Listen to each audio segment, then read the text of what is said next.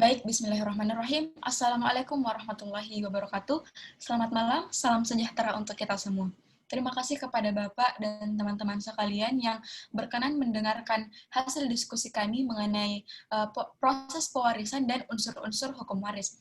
Di mana ada pepatah yang mengatakan tak kenal maka tak sayang, dan di sini kami akan memperkenalkan diri kami, dimulai dari diri saya sendiri. Perkenalkan, nama saya Jenny Mulyadi, NIM 040202003333 kelas B5.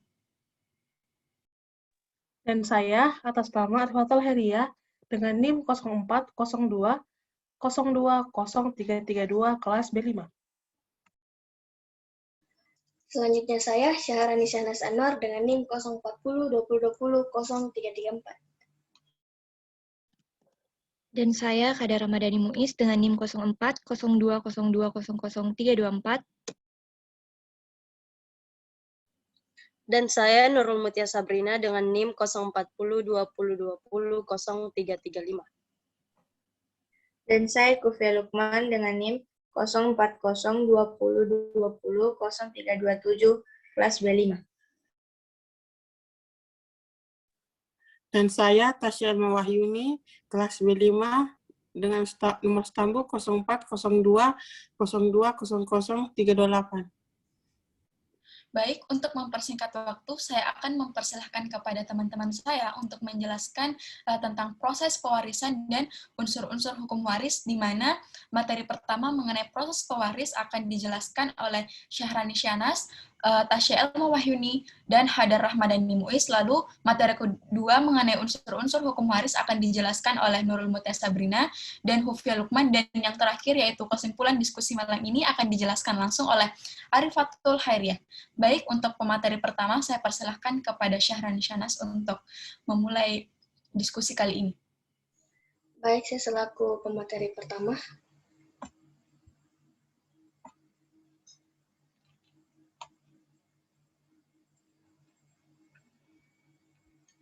Apa sudah terlihat, teman-teman? Sudah. Oke. Hukum adat waris.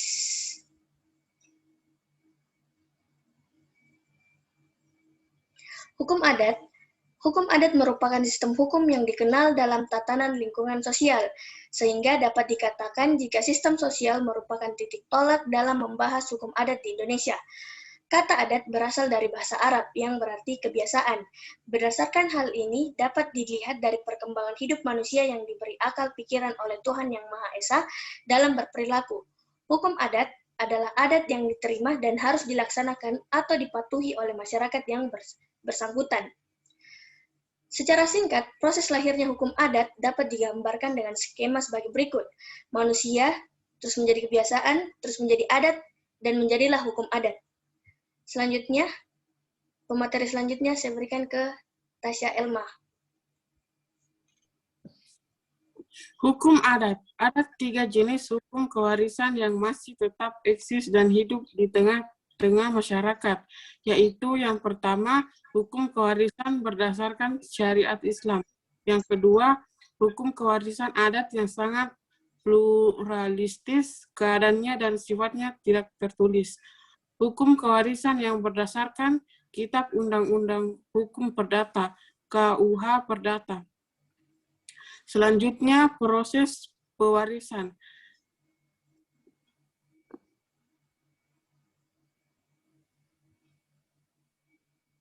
Sebelum pewaris meninggal dunia. Di dalam hukum waris adat proses pewarisan dapat dilaksanakan dengan cara satu, cara penerusan atau pengalihan. Pada saat pewaris masih hidup, seringkali pewaris melakukan penerusan atau pengalihan kedudukan atau jabatan adat, hak dan kewajiban harta kekayaan kepada ahli warisnya. Cara ini biasanya berlangsung menurut hukum adat setempat, misalnya terhadap kedudukan, hak dan kewajiban dan harta kekayaan yang tidak terbagi-bagi kepada anak laki-laki sulung atau bungsu di tanah Batak atau kepada anak perempuan sulung di Minangkabau atau kepada tubang-tubang di Semendo. Ada pula pemberian harta kekayaan tertentu sebagai bekal kekayaan untuk kelanjutan yang diberikan oleh pewaris kepada anak-anaknya pada saat anaknya akan kawin dan mendirikan rumah baru. Di Batak tersebut manjai. Pemberian itu dapat berupa rumah, tanah, sawah, perhiasan. Di Batak biasanya untuk laki-laki diberi bekal rumah atau tanah dan untuk anak perempuannya bekal perhiasan. Yang kedua, cara penunjukan. Pada saat pewaris masih hidup, ia menunjukkan kepada ahli waris atau atas hak dan kewajiban atas hak tertentu, atas harta tertentu, di mana perpindahan penguasaan dan pemilikan baru berlaku dengan sepenuhnya kepada ahli warisnya pada saat si pewaris sudah meninggal dunia.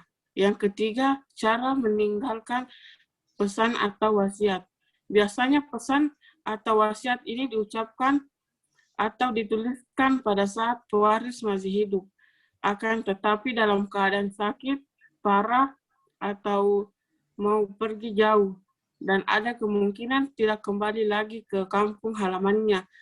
Hal ini biasanya harus diucapkan atau ditulis dengan terang dan disaksikan oleh para ahli waris, anggota keluarga, tetangga, dan tua-tua desa.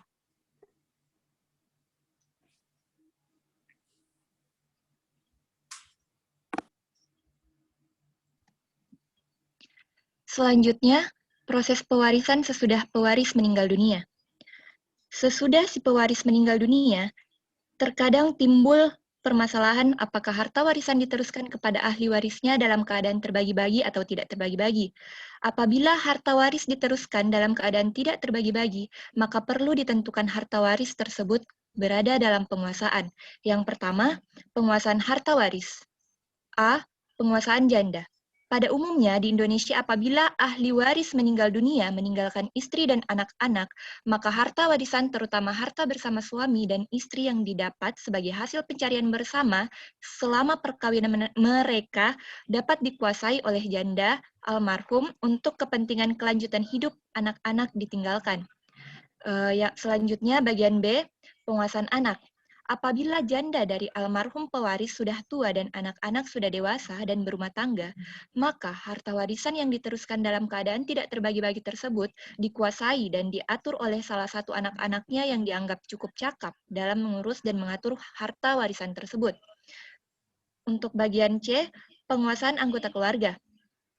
Apabila pewaris meninggalkan anak-anak yang masih kecil dan belum dewasa, serta tidak ada jandanya yang dapat bertanggung jawab mengurus harta warisannya, maka penguasaan atas harta warisan yang diteruskan dalam keadaan tidak terbagi-bagi tersebut diberikan kepada orang tua pewaris. Bila sudah tidak ada lagi, maka akan dikuasai oleh saudara-saudara pewaris yang seketurunan atau dari kerabat yang paling dekat. Untuk selanjutnya bagian D, penguasaan tua-tua adat. Apabila harta warisan tersebut merupakan harta pusaka tinggi, misalnya keris, tombak, rencong, pedang, dan jimat, dalam hal ini penguasaannya ada pada tetua adat atau kepala adat. Untuk selanjutnya, pembagian harta waris. Apabila harta warisan diteruskan dalam keadaan tidak terbagi-bagi, maka perlu ditentukan kapan waktu pembagiannya dan bagaimana cara pembagian itu akan dilaksanakan. Yaitu sebagai berikut. Yang pertama, waktu pembagian. Pada umumnya, hukum adat tidak menentukan kapan waktunya harta warisan tersebut akan dibagi. Namun, menurut hukum adat, waktu pembagian warisan biasanya dilakukan setelah upacara selamatan terhadap pewaris yang meninggal dunia.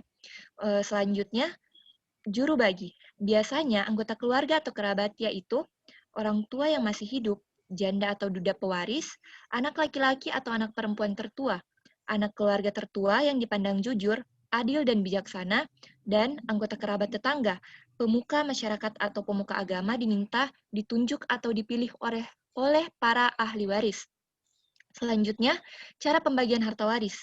Dalam hukum adat biasanya didasarkan atas pertimbangan tertentu, mengingat wujud benda dan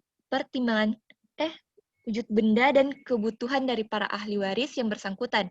Jadi, walaupun hukum waris adat mengenal asas kebersamaan hak, tidak berarti bahwa setiap ahli waris akan mendapat bagian harta warisan dalam jumlah yang sama dengan nilai harga yang sama atau menurut banyaknya bagian yang sudah ditentukan. Terima kasih.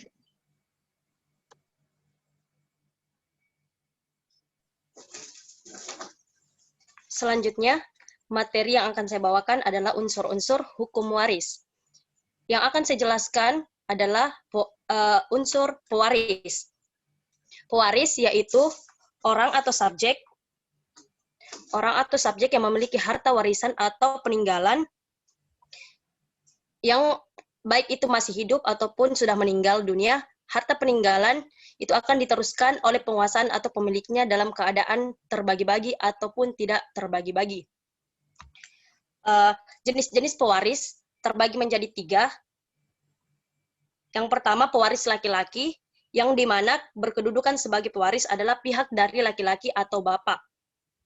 Atau yang biasa disebut dengan masyarakat patrilineal, yang menarik garis keturunan dari pihak laki-laki, sebagaimana yang berlaku seperti di Bali, di Batak, Lampung, NTT, Maluku, dan sebagainya. Yang kedua, ada pewaris perempuan, yang dimana yang berkedudukan sebagai pewaris adalah pihak dari perempuan atau ibu, yang biasanya disebut dengan masyarakat matrilineal, yang dimana garis keturunannya oleh keturunan dari pihak perempuan. Sebagai contoh, suku Minangkabau. Yang ketiga, ada pewaris gabungan, di mana yang biasa disebut dengan masyarakat parental, atau yang berkedudukan sebagai pewaris ini bisa laki-laki ataupun perempuan. Sekian, saya persilahkan kepada pemateri selanjutnya.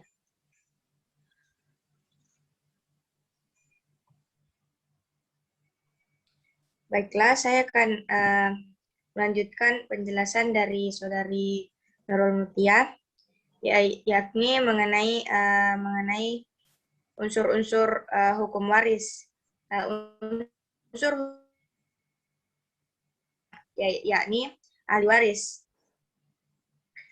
Ahli waris adalah semua orang yang berhak menerima bagian dalam harta warisan, keluarga dekat dan pewaris yang berhak dan berkewajiban menerima penerus harta warisan, baik berupa barang berwujud maupun harta yang tidak berwujud. Unsur-unsur hukum waris yang ketiga yaitu harta waris. Adanya harta kekayaan.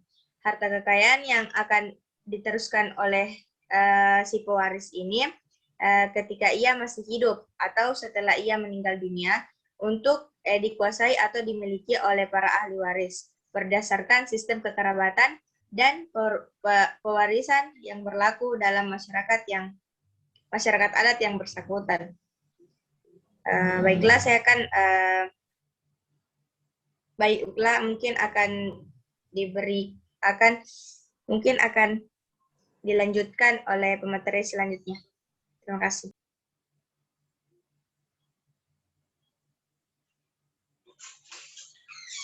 Baik, saya selaku pemateri yang ingin menjelaskan seluruh kesimpulannya dari materi tersebut.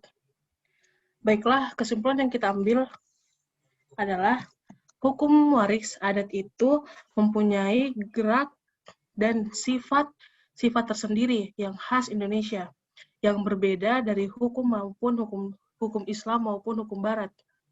Sebab perbedaannya terletak dari latar belakang sistem atau pikiran bangsa-bangsa Indonesia yang berfalsafah Pancasila dengan masyarakat yang bineka tunggal ika. Latar belakang itu pada dasarnya adalah kehidupan bersama yang bersifat tolong-menolong guna mewujudkan kerukunan, keselarasan, dan kedamaian di dalam hidup. Baiklah, saya lempar ke moderator kita untuk mengakhiri materi tersebut.